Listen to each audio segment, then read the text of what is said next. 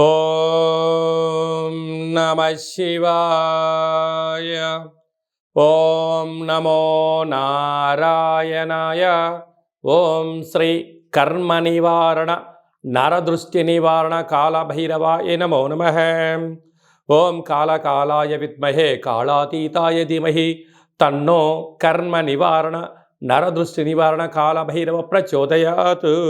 హరి ఓం. ఓం గంగే చ యమునే చైవ కృష్ణే గోదావరి నర్మదే సింధు కావేరి జలేస్మిన్ సన్నిధిం కురు. మా ఛానల్కి స్వాగతం.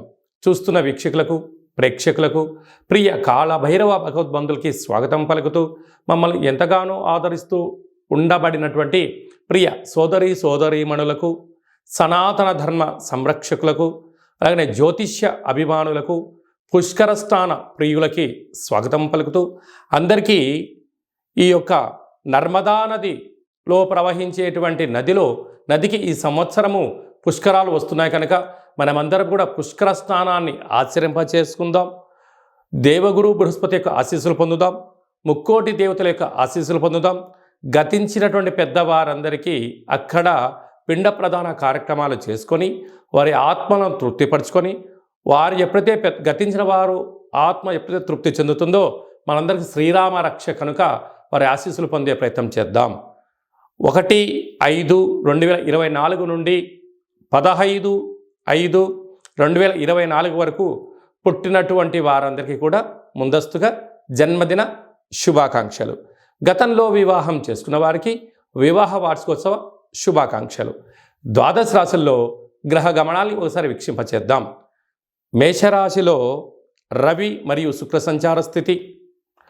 ఏడాది తర్వాత గురు భగవానుడు సంచారం చేయడం, 12 సంవత్సరాల తర్వాత గురు భగవానుడు వృషభ రాశిలో సంచారం చేయడం,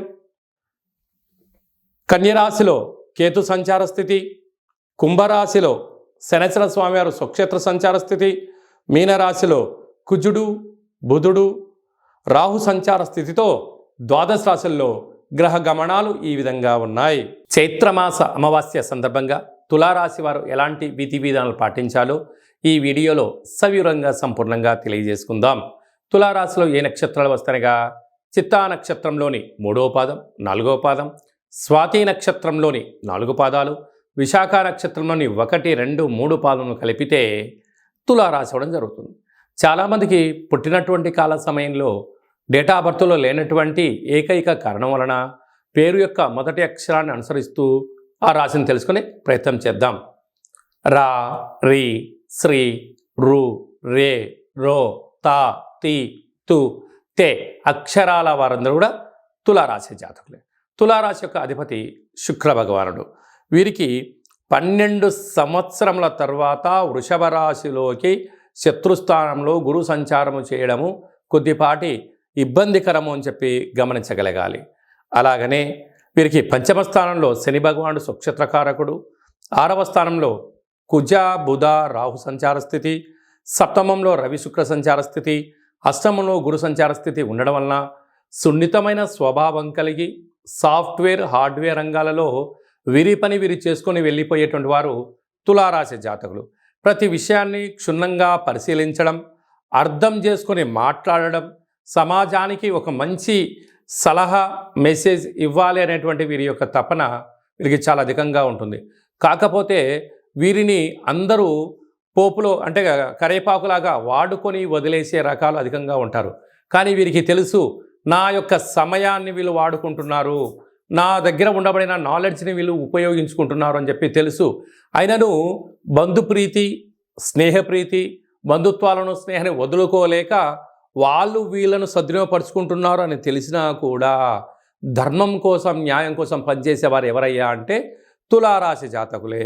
కనుక ఇలాంటి కాల పరిస్థితుల్లో వీరికి సంతాన స్థానంలో శని భగవానుడు ఉండడం వల్ల నూతనంగా వివాహమైన వారికి సంతాన యోగం, భూములు, గృహాలు, వాహనాలు, క్రయ విక్రయాలు యోగదాయకాలు. వివాహం కాని వారికి ప్రయత్న కాలంలో మంచి శుభవార్తలు వినడం జరుగుతుంటుంది. కాకపోతే వీరికి గురువు అష్టమంలో ఉన్నంత వరకు వీరికి ఒక రకమైనటువంటి జలగండం పొంచి ఉంది అని చెప్పి గమనించాలి. మీ జన్మ నక్షత్రం రోజున అమావాస్య పూర్ణిమ తిథి ఎందున వీలైనంత వరకు దూర వాయు జల ప్రయాణాలు పెట్టుకోకపోవడం, మౌనంగా ఉండడం, సున్నితంగా ఉండే పరిస్థితి అట్లయితే ఎక్కువ కాలం భవిష్యత్తు మీకు మంచి కాలం ఉంటుంది. ఆవేశపడ్డారా సర్వము కోల్పోయే పరిస్థితి ఉంటుంది. తస్మాత్ జాగ్రత్త.